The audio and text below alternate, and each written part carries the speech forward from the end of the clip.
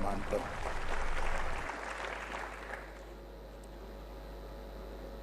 पंडित मदन मोहन मालवीय जी ने जब हिंदू विश्वविद्यालय की स्थापना की कल्पना की होगी, किसी को मालूम नहीं है उनके मन में क्या विचार रहे होंगे, परंतु इसके इतने सालों के बाद ये जरूर दिखाई पड़ता है कि इतने हजारों वर्ष की हिंदू संस्कृति को अक्षुण्ण रखने के लिए ज्योतिर्धर बनकर ये विश्वविद्यालय आज दुनिया के बीच में अपना ध्वज लेकर अड़ीग खड़ा है और हिंदू संस्कृति को पूरी दुनिया में आगे बढ़ाने का काम कर।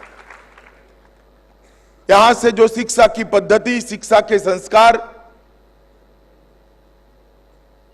अनेक प्रकार के विषय जो लुप्त होने की कगार पर खड़े थे, उन विषयों का न केवल पुनर्जीवन, उसकी पुनः प्राण प्रतिष्ठा, ये सारा इस विश्वविद्यालय ने ऐसे समय में किया जब इस देश को, इस संस्कृति को इसकी जरूरत थी। सैकड़ों सालों की गुलामी के बाद अपराध भाव से युक्त, लघुता ग्रंथि से युक्त समाज जीवन को, अपने गौरव को आगे बढ़ाने के लिए, अपने गौरव को पुनः प्रस्थापित करने के लिए जो चेतना, जो बोध का जरूरत होता है, वो देने के लिए कोई व्यक्ति कुछ नहीं कर सकता, एक विद्यापीठ ही कर सकती है, विश्वविद्यालय ही कर सकती है। और इस बात को नाप लेने का दूरदर्शिता केवल और केवल महामना में था, और उन्होंने कहा व्यक्ति तो आती है और चली जाती है, विद्यापीठ और विश्वविद्यालय सालों सालों तक अपने छात्रों के माध्यम से इस ज्योतिधर बनकर इस संस्कृति को आगे बढ़ाते रहेंगे। और आज मुझे कहने में कोई झिझक नहीं है कि भारत का अभी का स्वरूप और आने वाले स्वरूप के लिए हम सब के मन में जो स्वस्थता है और जो शांति है, इसका कारण एक जमाने में ये विद्यापीठ की स्थापना हुई थी। यही मैं भारत अध्ययन केंद्र को भी अभिनंदन देना चाहता हूं कि आज सम्राट स्कंदगुप्त के जीवन के बिखरे हुए ऐतिहासिक पन्नों को इकट्ठा करने का काम, संकलित करने का काम उन्होंने हाथ में लिया है। ये 2 दिन के अंदर 7 चरण में अलग अलग विषयों पर संगोष्ठी होगी, चर्चा होगी। सम्राट स्कंदगुप्त के जीवन के अनेक पहलुओं पर विचार विमर्श किया जाएगा, शोध लेख प्रस्तुत किए जाएंगे। और मैं मानता हूं कि ऐसे व्यक्ति को फिर से इतिहास की पन्नों पर पुनर्जीवित करने का काम ये 2 दिन की गोष्ठी करेगी, जिसने भारतीय संस्कृति को हमेशा के लिए बचाने का काम किया है। मित्रों, जब मैं कहता हूं सम्राट स्कंदगुप्त ने भारतीय संस्कृति को, भारतीय भाषा को, भारतीय कला को, भारतीय साहित्य को, भारतीय शासन प्रणाली को, हमारी नगर रचना के साहित्य को हमेशा के लिए बचाने का प्रयास किया है, ये सत्य है। मैं इस पर बाद में आऊंगा, मगर सबसे पहले मैं आज सिर्फ स्कंदगुप्त के विषय पर बात करने की जगह सम्राट स्कंदगुप्त के कालखंड के बारे में भी थोड़ी बात करूंगा। मित्रों, महाभारत काल के 2000 साल के बाद ईस्वीसन पूर्व 300 से लेकर ईस्वीसन 500 तक, ये 800 काल का कालखंड 2 बड़े शासन व्यवस्थाओं के नाम से जाना गया, मौर्य वंश और गुप्त वंश। और ये दोनों वंशों ने भारतीय संस्कृति को उस समय के विश्व के अंदर सर्वोच्च स्थान पर प्रस्थापित करने का काम किया था। चाणक्य के सांस्कृतिक और वैचारिक अधिष्ठान के आधार पर जब चंद्रगुप्त मगध के सम्राट बने, उसके बाद बिंदुसार, अशोक और कई सालों तक बाद में अव्यवस्था चलती रही। सम्राट अशोक के समय जो गौरवपूर्ण शांति और अहिंसा की बात थी, कालक्रम में जाते जाते अति का रोग उसको लगा और वो एक ढकोसला बनकर रह गई। उसने हमारी भाषाओं का विनाश किया, हमारी सरहदी सुरक्षाओं को भी क्षीण विण कर रख दिया, हमारी संस्कृति को भी क्षीण करने का भी काम किया और एक ऐसा अंधकारमय समय देश के सामने आने लगा कि लगता था कि आचार्य चाणक्य का सपना क्षीण विशीर्ण हो जाएगा। उसी वक्त गुप्त साम्राज्य की शुरुआत होती है। एक हकीकत में उस वक्त मगध और वैशाली दो बड़े स्तंभ माने जाते थे, शासन व्यवस्था के दो प्रकार माने जाते थे और एक विचार प्रवाह के भी दो प्रकार थे। दो प्रकार के विचारों को ये दोनों साम्राज्य प्रतिनिधित्व करते थे और दोनों के बीच में बहुत बड़ा टकराव सालों तक, लगभग 1000 साल तक चलता रहा। और गुप्त साम्राज्य की सबसे बड़ा सफलता ये रही कि हमेशा के लिए वैशाली और मगध साम्राज्य के टकराव को समाप्त कर कर एक अखंड भारत की रचना की दिशा में गुप्त साम्राज्य आगे। जो महामात्य चाणक्य की, जो भगवान कौटिल्य की कल्पना थी, उसी दिशा में गुप्त साम्राज्य आगे बढ़ने का काम किया। अति शांति के कारण हमारी लश्करी शक्ति, हमारी सेनाएं क्षीण विशीर्ण हो गई और कई प्रकार के सांस्कृतिक और सैन्य आक्रमणों का भोग हमने बना। उसी वक्त वैशाली के अंदर श्रीगुप्त और घटोत्कच गुप्त के नेतृत्व में एक शासन व्यवस्था चलती थी और उसके बाद में चंद्रगुप्त मगध के शासक बने। चंद्रगुप्त ने पाटलिपुत्र का शासक बनने के बाद कुमार देवी से विवाह किया और वहीं से गुप्त वंश के सुवर्ण युग की शुरुआत हुई। चंद्रगुप्त और कुमार देवी के विवाह के बाद 319 से लेकर 334 तक शत विशत शासन व्यवस्था को संजोने का काम चंद्रगुप्त ने किया, उनके महामंत्री हरिसेन ने किया और कुमार देवी ने भी कंधे से कंधा मिलाकर उनका साथ दिया। और बाद में सम्राट समुद्रगुप्त का समय आया और समुद्रगुप्त का समय विश्व के अंदर भारत के सुवर्ण युग के रूप में माना जाता है। उसने गुप्त युग को बहुत ऊंचाइयों तक ले गए। 335 से 380 का यह समय अफगानिस्तान से लेकर लंका तक और गिरनार से लेकर बंग तक एक पूरे साम्राज्य का निर्माण करने का यश सम्राट समुद्रगुप्त को मिला। पहली बार कई सालों के बाद केरल के मट्ट राज को जब उन्होंने हराया, पहली बार राम के बाद केरल पर भी एक साम्राज्य का झंडा फहराने का काम किया। और एक गरुड़ ध्वज, भागवत धर्म भगवा गरुड़ ध्वज अफगानिस्तान से लेकर केरल तक और सौराष्ट्र से लेकर बिहार तक, बंग तक पहुंचाने का काम स्कंदगुप्त ने करा। और स्कंदगुप्त के बाद ये परंपरा आगे बढ़ी।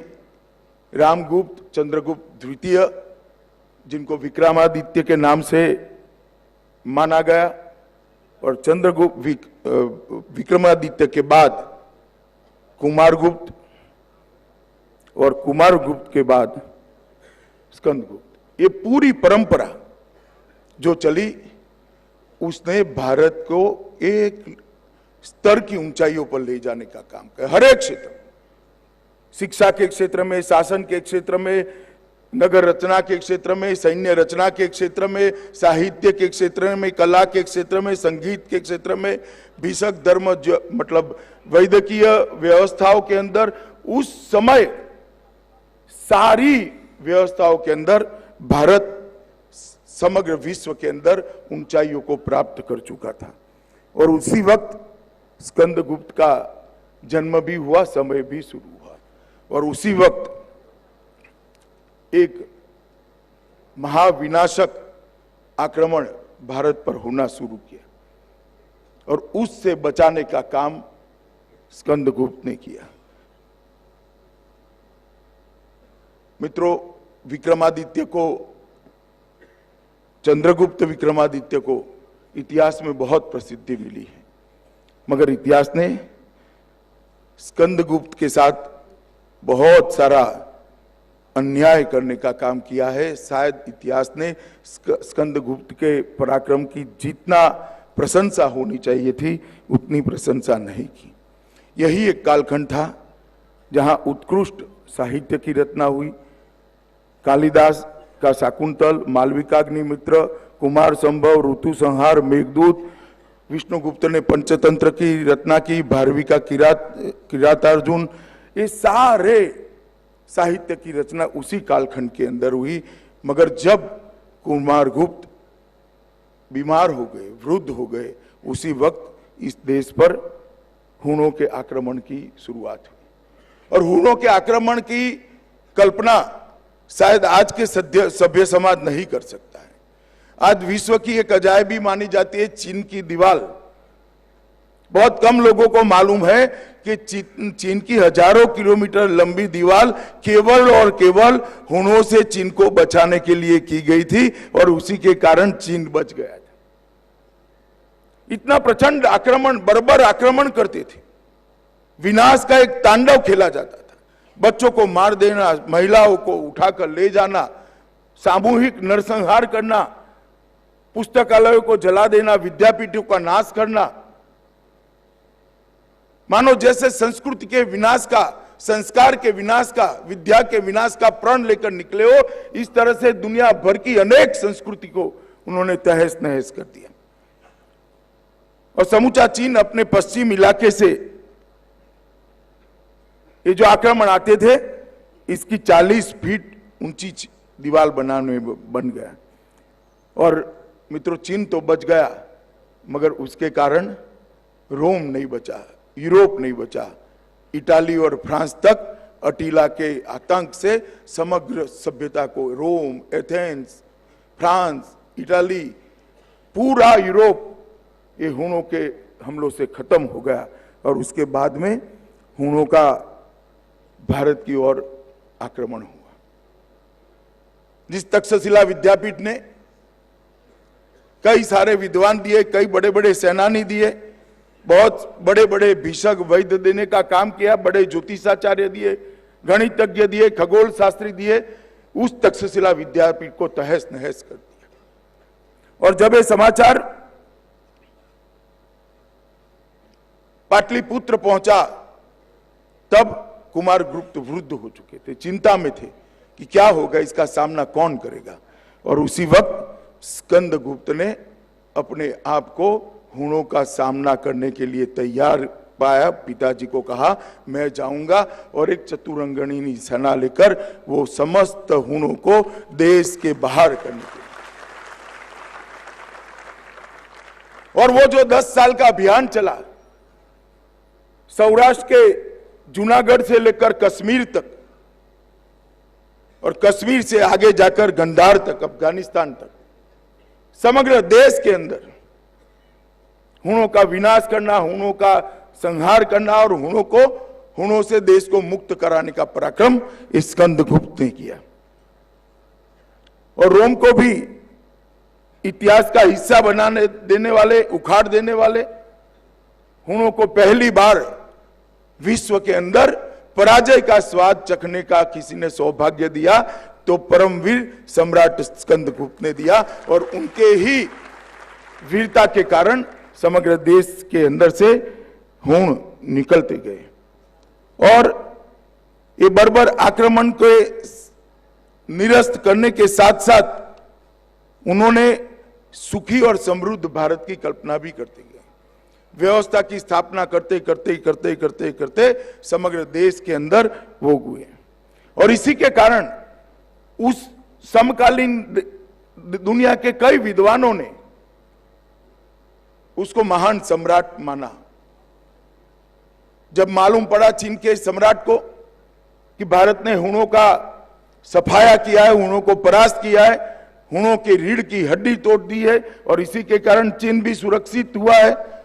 तो उन्होंने भारत के राजदूत को चीन में बुलाकर स्कंदगुप्त के लिए प्रशस्ति पत्र दिया और अपने खर्चे से वो प्रशस्ति पत्र वाचन के लिए विद्वानों को पाटलिपुत्र के दरबार में भी भेजा।